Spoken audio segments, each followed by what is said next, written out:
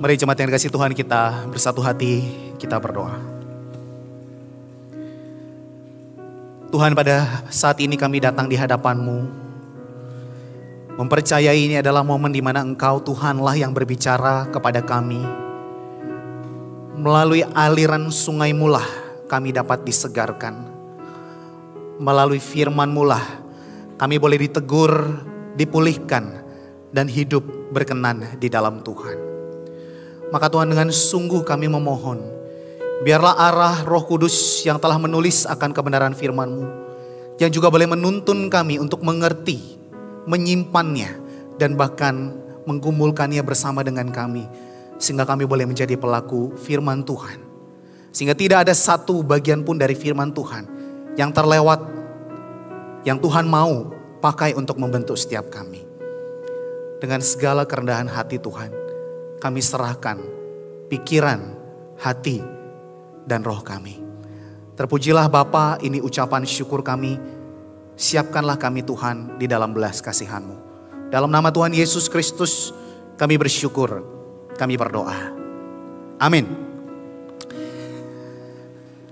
Jemaat yang dikasihi Tuhan, kita bersyukur di minggu ini kita memasuki akan lanjutan dari surat 1 Korintus di pasal yang kelima, dan kita akan menggumulkan sebuah tema, yaitu gereja dan tantangan imoralitas.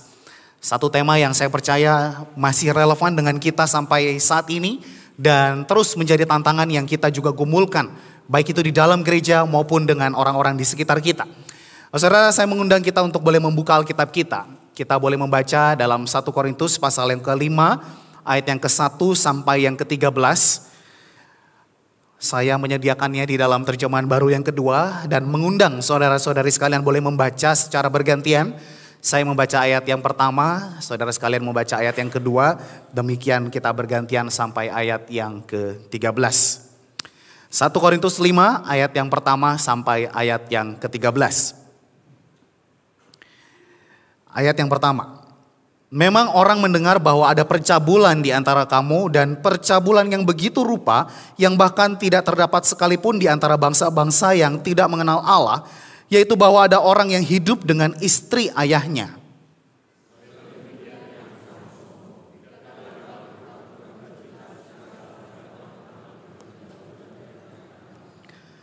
Sebab aku sekalipun secara badani tidak hadir, tetapi secara rohani hadir.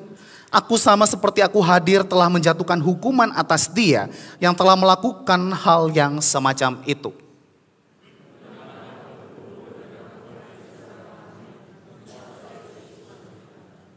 Orang itu harus diserahkan dalam nama Tuhan Yesus kepada iblis sehingga binasa tubuhnya agar rohnya diselamatkan pada hari Tuhan.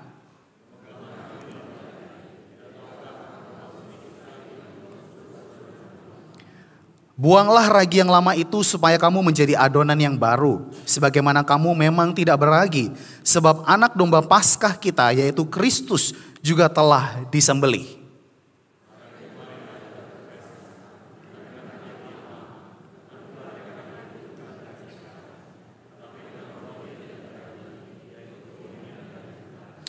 Dalam suratku telah kutuliskan kepadamu supaya kamu jangan bergaul dengan orang-orang cabul.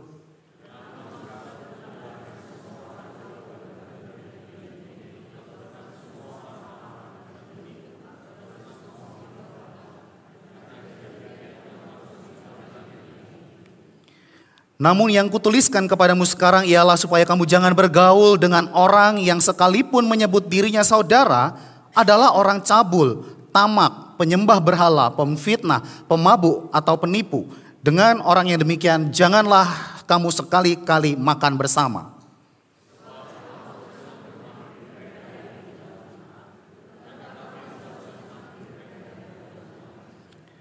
Mereka yang berada di luar jemaat akan dihakimi Allah. Usirlah orang yang melakukan kejahatan di tengah-tengah kamu. Demikian jauh pembacaan firman Tuhan. Berbahagialah mereka yang membacanya, merenungkannya, dan juga melakukannya. Nah, saudara, ada sebuah dokumenter yang menceritakan seorang yang bernama Robin. Dia seorang yang berasal dari Kansas. Ia tinggal di sebuah rumah dengan kondisi yang tahun sekitar 1988 itu kondisinya sangat baik. Satu lingkungan yang sangat indah, sangat asri.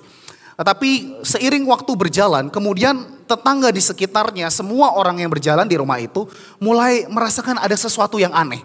Dia berjalan dan mencium sesuatu yang sangat menyengat.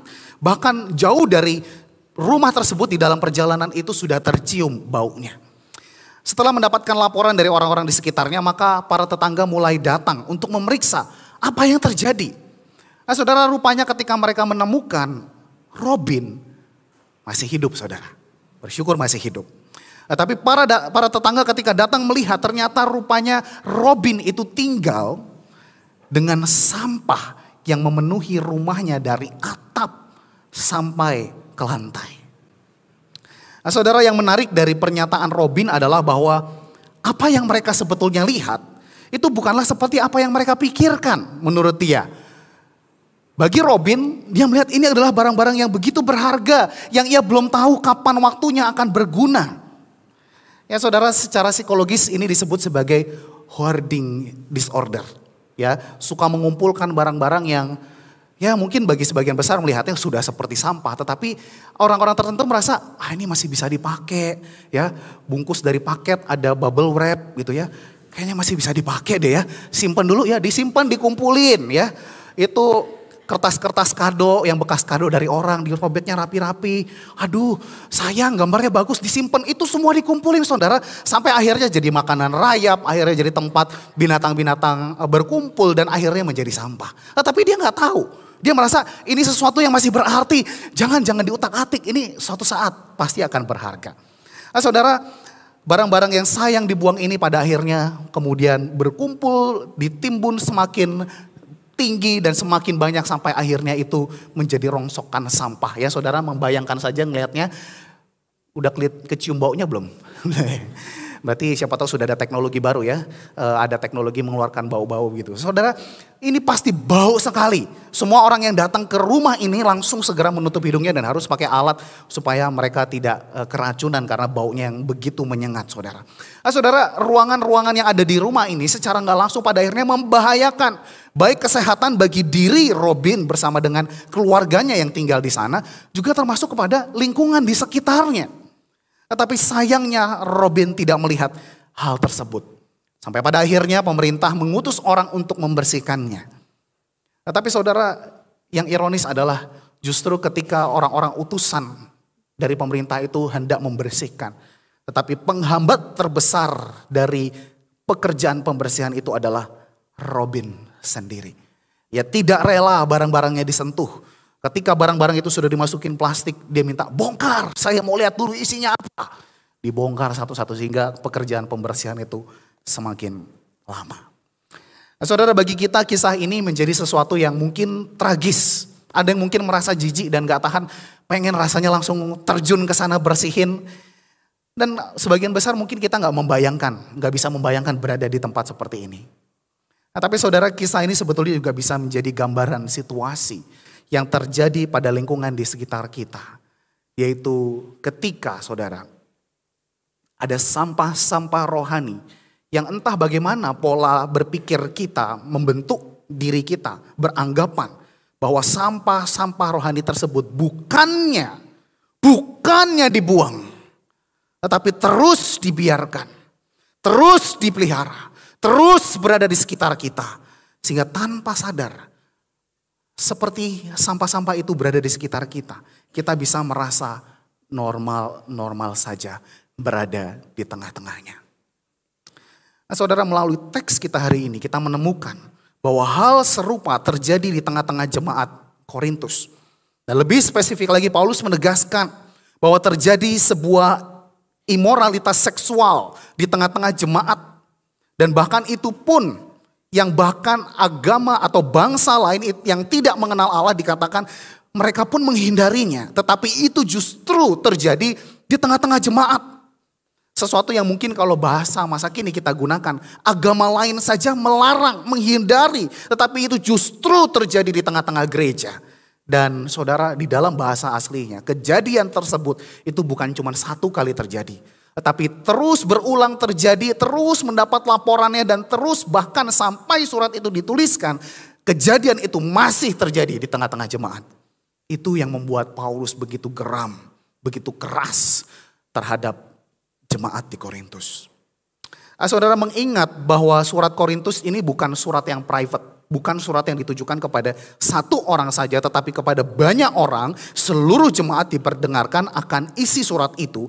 Maka sebetulnya ada dua dosa yang Paulus sedang highlight di sini dan patut untuk menjadi cerminan bagi kita di masa saat ini. Yang pertama saudaraku itu adalah dosa percabulan. Saudara, di dalam bahasa aslinya percabulan yang dicatat yang digunakan adalah porneia, atau yang seringkali dibahas ini adalah akar kata dari pornografi. Tapi saudara, kata porneia sendiri sebetulnya tidak merujuk hanya kepada sebuah kasus di mana apa yang terjadi seperti yang ada di jemaat Korintus, yaitu tentang seseorang pria yang tinggal bersama dengan istri ayahnya. Ya, tidak hanya melakukan hubungan tetapi dia juga sudah tinggal hidup bersama-sama. Tetapi saudara, kata porneia itu sebetulnya adalah sebuah tindakan seksual yang menyimpang di mana itu terjadi secara general. Ya, bukan khusus hanya kepada relasi yang tadi telah disebutkan dan terjadi kepada jemaat di Korintus. Sehingga ini kita harus berhati-hati, segala pencemaran aktivitas seksual yang tidak kudus di hadapan Allah adalah termasuk di dalamnya. Maka saudara, kita harus berhati-hati terhadap dugaan. Atau mungkin kita merasa lega ketika membaca, untung yang disebut cuman seorang pria kepada istri ayahnya. Saya mah gak begitu. Saudara, kita harus berhati-hati. Sebab sebetulnya ini bukan hanya yang terjadi kepada orang-orang yang mungkin terlibat di dalam pemerkosaan, perselingkuhan, atau homoseksual sekalipun. Tetapi bahkan kita yang sudah menikah pun juga bisa menjadi sasaran dari porneia atau percabulan. Saudara, ketika kita membiarkan sampah pornografi masuk di dalam rumah kita, saudara bisa membayangkan itu sama seperti membiarkan orang lain tidur di tempat yang sama dengan suami atau istri Anda. Saudara, itu sesuatu yang begitu keji. Maka saudara, para istri maupun para suami, jangan pernah melakukan normalisasi terhadap pasangan kita yang nonton porno. Kita harus menjadi katalisator, kita harus menegur, kita harus menguatkan, kita harus menolong dia untuk meninggalkan hal tersebut. Saudara, kita harus mengingat kembali bahwa Tuhan Yesus yang memanggil kita, mempersatukan saudara dengan pasangan. Dia adalah Allah yang kudus. Maka peliharalah kekudusan di dalam rumah tangga kita. Bagi saudara-saudara yang mungkin belum atau tidak berkeluarga, jagalah kekudusan. Bukan berarti karena kita tidak memiliki keluarga kita terbebas dari porneia. Kita harus sama-sama menjaga kekudusan. Dan jangan bermain-main dengan kekudusan hidup. Sebab kalau kita sudah tidak takut jatuh di dalam dosa, sebetulnya ada satu hal yang lebih berbahaya.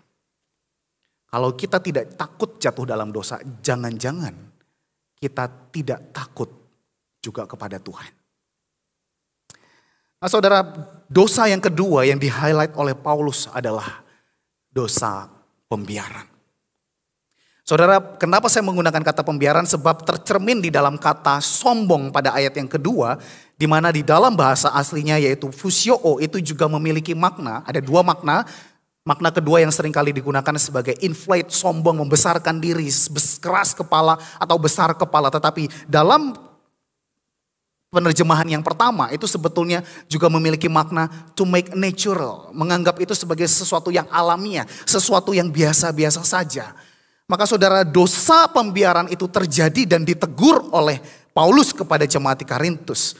Sebab kalau saya boleh meminjam ilustrasi yang digunakan oleh Paulus, ketika kita melihat roti yang diberi akan ragi, maka secara natural kita akan menduga pasti roti ini akan mengembang, betul? Ya, yang buat roti pasti tahu. Yang biasanya makan roti, ya cari tahu lah ya saudara. Nah, saudara, kalau roti ya adonan dikasih ragi pasti ngembang, itu natural. Kita bisa expect bahwa itu akan mengembang. Nah saudara, celakanya itu terjadi kepada bayangan orang-orang yang jatuh dalam dosa. Sehingga berpikir ya orang kalau jatuh dalam dosa wajarlah, normal. Saudara, tidak demikian. Memang kita adalah orang berdosa. Tetapi membiarkan sesuatu kewajaran terhadap orang-orang yang jatuh dalam dosa. Itu adalah dosa pembiaran. Saudara, pembiaran inilah yang ditegur oleh Paulus. Dan ada dua jenis pembiaran yang kita harus waspadai di hari-hari sekarang ini. Yang pertama adalah pembiaran karena cuek. Karena merasa ya itu mah bukan bagian kita, bukan urusan kita, sudahlah biarin itu urusannya dia. Itu pembiaran pertama. Pembiaran yang kedua adalah karena permakluman. Ya karena semua orang juga berdosa, semua juga melakukannya, itu udahlah. Gak usah terlalu serius, gak usah terlalu ketat-ketat. Saudara, itu sama-sama berdosa. Ketika kita membiarkan saudara kita jatuh di dalam dosa dan kita membiarkan dia, kita masuk di dalam dosa pembiaran ini. Saudara, meskipun kita sadari bahwa sebagai manusia yang masih tinggal di tengah-tengah dunia yang berdosa, tetapi jatuh di dalam dosa bukanlah sesuatu yang kemudian kita bisa anggap biasa saja. Maka para orang tua, saya rindu untuk mengingatkan, kalau karena anak nilainya jelek kita bisa tegur begitu keras. Seharusnya kalau nilai-nilai rohani anak-anak kita itu tersesat, kita harus menegur mereka lebih keras. Kalau kita bisa menegur dengan lebih keras sikap anak kita terhadap orang lain, kita seharusnya bisa menegur lebih keras ketika kita melihat anak kita punya sikap terhadap dosa yang begitu lembek. Maka saudara jangan heran ketika melihat kok ada ya anak yang alim, tapi kok ternyata hobinya pornografi, begitu bejat hidup di belakangnya. Kenapa saudara? Karena sikap di luarnya itu didandani, ditakut-takutin sama orang tuanya. Kamu gak boleh gini, gak boleh gitu, gak boleh gini. Tetapi sikap di dalamnya, siapa yang pedulikan? Saudara, kita tidak bisa membiarkan dosa dan menganggap dosa itu menjadi biasa-biasa saja. Sebab Tuhan Yesus Kristus sendiri, dia harus turun ke dunia. Dia harus mati untuk menebus kita dari dosa kita dengan darahnya yang mahal. Itu bukan untuk hal yang biasa-biasa saja. Pembiaran terhadap dosa itu merusak kehormatan terhadap kekudusan yang telah Allah kerjakan dalam diri saudara dan diri saya. Nah, saudara, saya ingin menyinggung sedikit mengenai apa atau siapakah pribadi yang dimaksud oleh Paulus.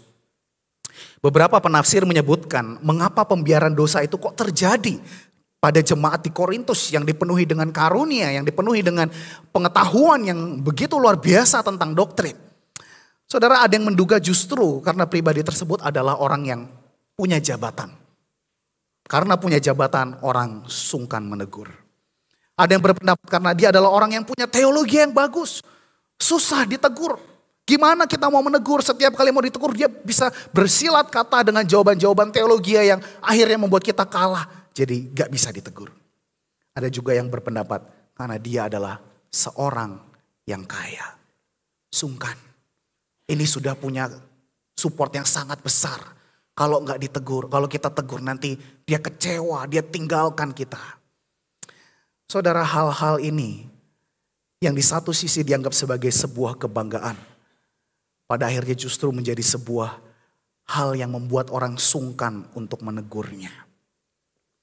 Nah, saudara mungkin ingat kasus tentang seorang apologetik, penulis buku yang terkenal bernama Ravi Zacharias. Saudara, bukunya begitu bagus. Di dalam kelas-kelas apologetika saya membaca banyak sekali buku dia dan takjub bagaimana dia bisa memiliki pengetahuan komparasi terhadap teologi agama-agama yang begitu baik. Tetapi saudara, tanpa mengurangi rasa hormat terhadap beliau, ketika mendengar skandal seks yang terjadi kepada dirinya, ada orang-orang di belakang yang kemudian bercerita. Orang-orang yang mengaku tahu apa yang dilakukan oleh Ravi. Tetapi mereka tidak berani menegur dia.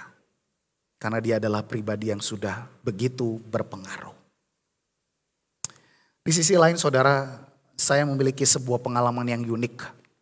Ketika satu waktu saya sedang survei ke sebuah tempat bersama dengan dosen-dosen, dan salah seorang dosen itu hendak membelikan makanan. Kami pesan-pesan, tiba-tiba dia sudah di depan kasir dan dia mau membayarnya ya. Tiba-tiba seorang dosen yang lain menghentikan. Hei, gak boleh, stop. Kamu tidak boleh terus-terusan membayarkan makanan buat saya. Dalam hati saya, ya tunggu bu, yang ini tanggung udah mau makan doang gitu ya. Kan dia pikir ya batal makan gratis gitu ya. Tapi kemudian statement keduanya membuat saya berpikir lebih panjang. Ketika dia berkata, kalau Bapak terlalu sering membayarkan saya akan punya rasa sungkan. Maka sulit bagi saya untuk menegur Bapak. Wah, bagi saya luar biasa memang dosen kalau ngomong antar dosen itu nggak pakai rem-rem gitu ya saudara ya. Langsung gitu.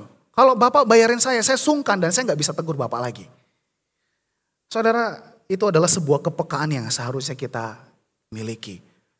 Kita nggak boleh membiarkan ada terjadi pembiaran-pembiaran terhadap dosa.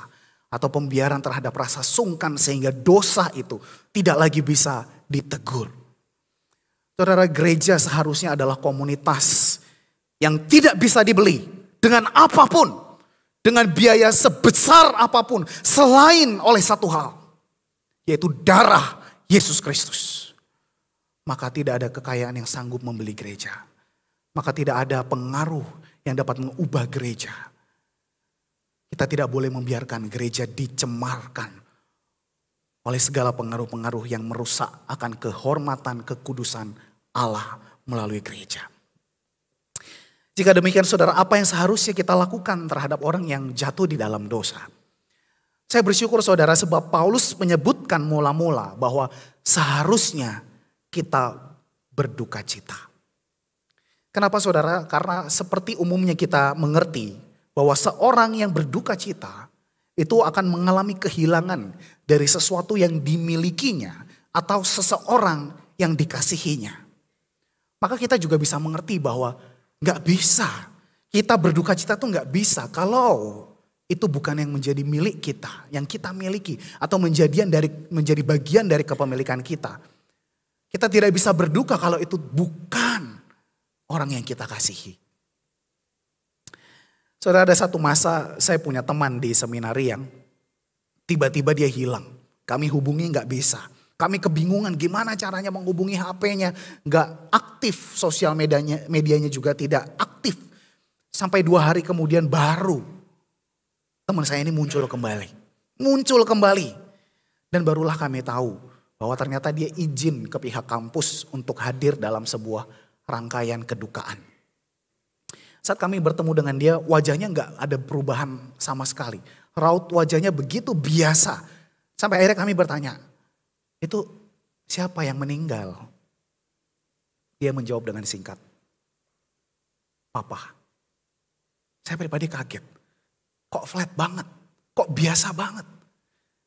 Apa mungkin dia menyimpan kesedihan atau trauma tertentu? Sehingga akhirnya kami bertanya lebih jauh lagi. Gimana perasaan kamu? Dan dia menjawab, biasa aja. Aku juga gak kenal siapa dia. Dia juga gak peduli sama aku. Saudara, kita tidak akan bisa berduka jika kita tidak mencintai orang tersebut. Maka kepada orang-orang yang jatuh di dalam dosa itu, saudara seiman kita, maka pertanyaan pertama yang kita perlu tanyakan pada diri kita, apakah kita sebagai jemaat di tempat ini sama-sama memiliki kasih kepada orang yang ada di jemaat kita ini? Saudara, kita mungkin memang tidak bisa mencintai semua orang di gereja ini dengan cinta yang sama seperti cinta kita kepada keluarga kita. Memang pasti berbeda.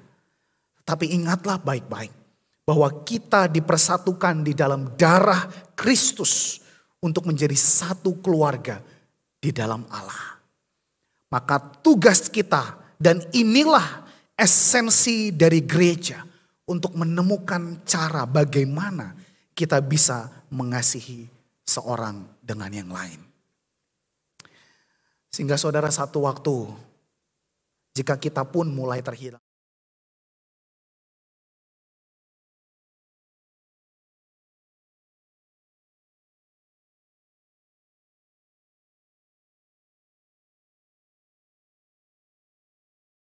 Sekarang aku bersuka cita. Bukan karena kamu telah dibuat bersedih, melainkan karena kesedihanmu membuat kamu bertobat. Sebab kesedihanmu itu adalah menurut kehendak Allah, sehingga kamu sedikit pun tidak dirugikan karena kami. Sebab kesedihan menurut kehendak Allah menghasilkan pertobatan yang membawa keselamatan dan tidak akan disesalkan. Tetapi kesedihan yang dari dunia menghasilkan kematian. Nah, saudara, setelah memiliki sikap berduka cita, barulah Paulus menegaskan juga beberapa frasa yang perlu untuk dilakukan terhadap pribadi yang jatuh di dalam dosa tadi. Ada beberapa ayat yang mengatakan jauhkan, jatuhkan hukuman, diserahkan kepada iblis, dibuang, jangan bergaul, jangan makan bersama, dan usirlah. Tetapi saudara, kalau saya boleh merangkum kembali, baik dalam surat-surat Paulus maupun di dalam perjanjian baru, kita menemukan juga ajaran dari Tuhan Yesus. Yang kalau saya boleh bahasakan ulang dan menyingkatnya, saya berharap ini menjadi sebuah singkatan yang mudah untuk kita ingat. Yaitu kita lakukan KPK, saudara. Tapi ini KPK-nya dari Tuhan ya. Nah, saudara, yang pertama K itu adalah koreksi. Matius 18 ayat 15 mengatakan, apabila saudaramu berbuat dosa, tegurlah dia di bawah 4 mata. Jika ia mendengarkan engkau telah mendapatkannya kembali. Tindakan pertama terhadap pribadi yang jatuh dalam dosa adalah kita koreksi secara pribadi. Hal ini penting, saudara. Koreksi itu bukan komen. Ya, ingat baik-baik, koreksi bukan komen. Banyak orang kecewa karena bukannya dikoreksi, tapi lebih sering dikomentarin. Setidak menyenangkannya dikoreksi, dikomentarin itu jauh lebih gak enak.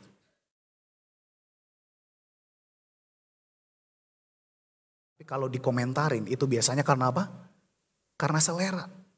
Seleranya begini, seleranya begitu. Nah, ini repot, saudara. Gak akan ada habisnya. Kita berubah, nanti seleranya berubah, harus berubah lagi. Saudara, koreksi bukan komentar. Nah, kalau koreksi itu penting, maka perlu dilakukan 4 mata. Tujuannya adalah untuk memperbaiki, bukan untuk mempermalukan. Maka justru bersyukur jikalau ada tubuh Kristus yang masih mau mengoreksi kita. Kita jangan nyaman, saudara, menjadi seorang yang, kalau saya boleh menggunakan istilah dislocated gitu ya, yang geser gitu ya. Jangan nyaman jadi dengkul yang geser, saudara. Ya, kalau jalan dengan dengkul yang geser tuh pasti nggak enak. Justru kita bersyukur kalau ada yang mengoreksi sehingga kita menjadi orang yang benar.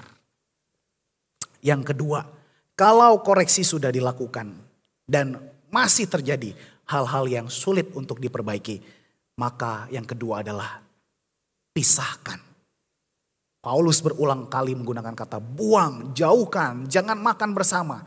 Itu maksudnya adalah supaya tidak mencemari apa yang ada di dalam kekudusan dari gereja Tuhan. Nah, saudara, berbicara tentang orang di dalam gereja, tapi ngakunya saudara, tapi ternyata di belakang berbuat imoralitas. Nah, saudara, ini kalau tidak dipisahkan maka 2 hal akan terjadi. 1, akan makin banyak orang yang diperdaya. Dan kita tidak mau gereja Tuhan terjadi hal demikian.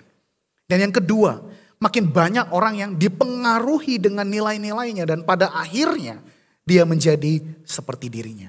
Sehingga pilihannya 2. Dia menjadi korban atau dia justru menjadi seperti pelakunya.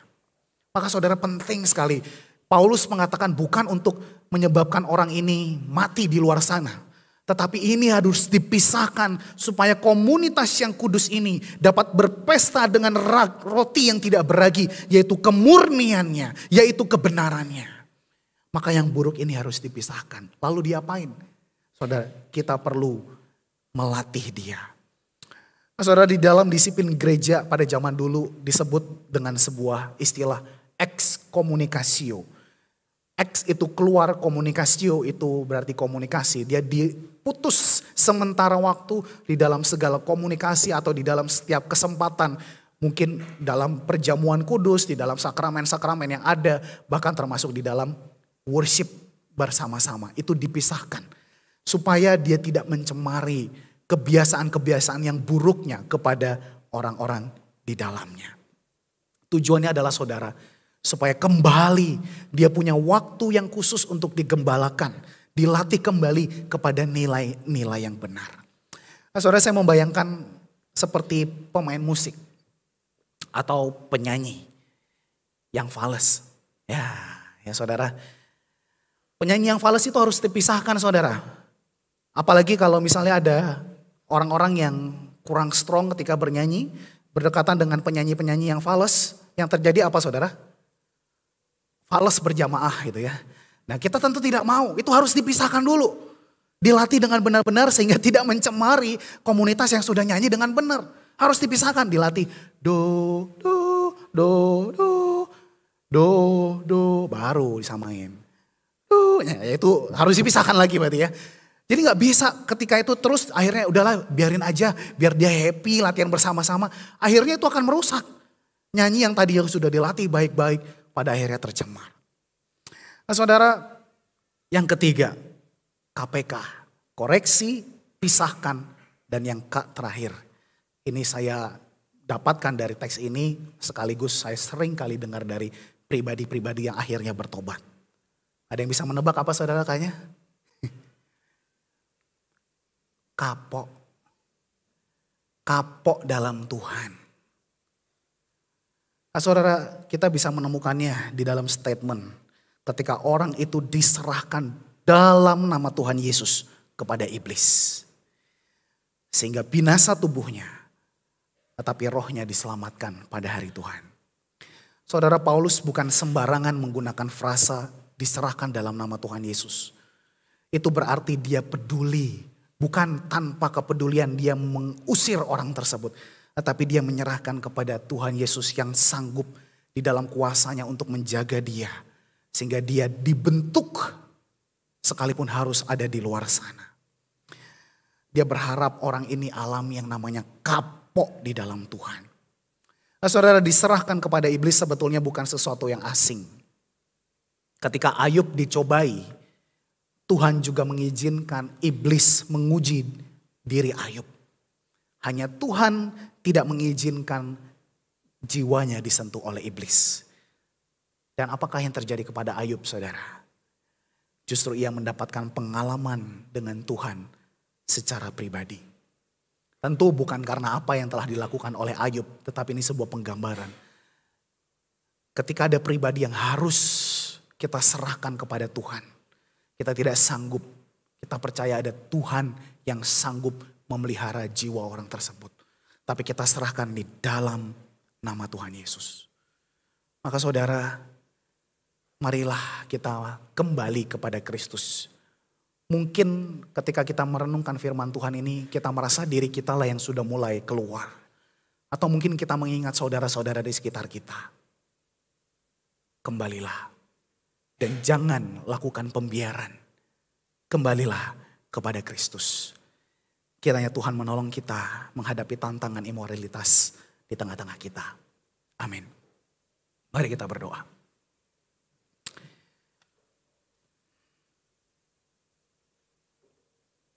Kepada Tuhan yang Maha Kudus itu kami datang di hadapan Tuhan.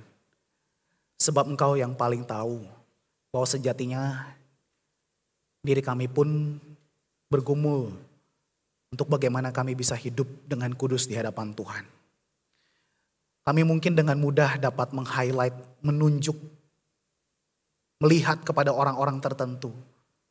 Tetapi bukankah Tuhan, kami juga adalah penjahat-penjahat yang belum tertangkap di hadapan Tuhan. Mungkin orang-orang gak tahu, tetapi Tuhan, Engkaulah yang sebetulnya telah menangkap kami dan Engkau tahu siapa kami. Maka jikalau Engkau Allah yang Tuhan yang telah menangkap kami dan memberikan kami kasih, memandikan kami dengan kasih yang begitu deras kepada kami. Maka bantulah kami memiliki kasih juga kepada orang-orang di sekitar kami. Sehingga kami tidak hanya mudah berkomentar, tetapi di dalam kasih Tuhan kami juga boleh menjadi pribadi yang mau saling mengoreksi. Sehingga jiwa-jiwa yang Tuhan percayakan di sekitar kami boleh kami pimpin kembali kepada Kristus yang mulia. Terima kasih Tuhan untuk anugerah yang begitu besar. Ketika kami percaya bahwa anugerah-Mu sungguh besar di dalam hidup kami, maka kami juga percaya seharusnya kami adalah pribadi-pribadi yang memandang dosa bukan lagi sesuatu yang menjadi hobi atau tempat kami berteduh, tetapi anugerah-Mu lah yang membebaskan kami dan kasih-Mu lah yang menjadi tempat kami berteduh. Terima kasih Tuhan untuk firman-Mu, dalam nama Tuhan Yesus Kristus kami bersyukur dan kami berdoa. Amin. Tuhan Yesus memberkati saudara sekalian.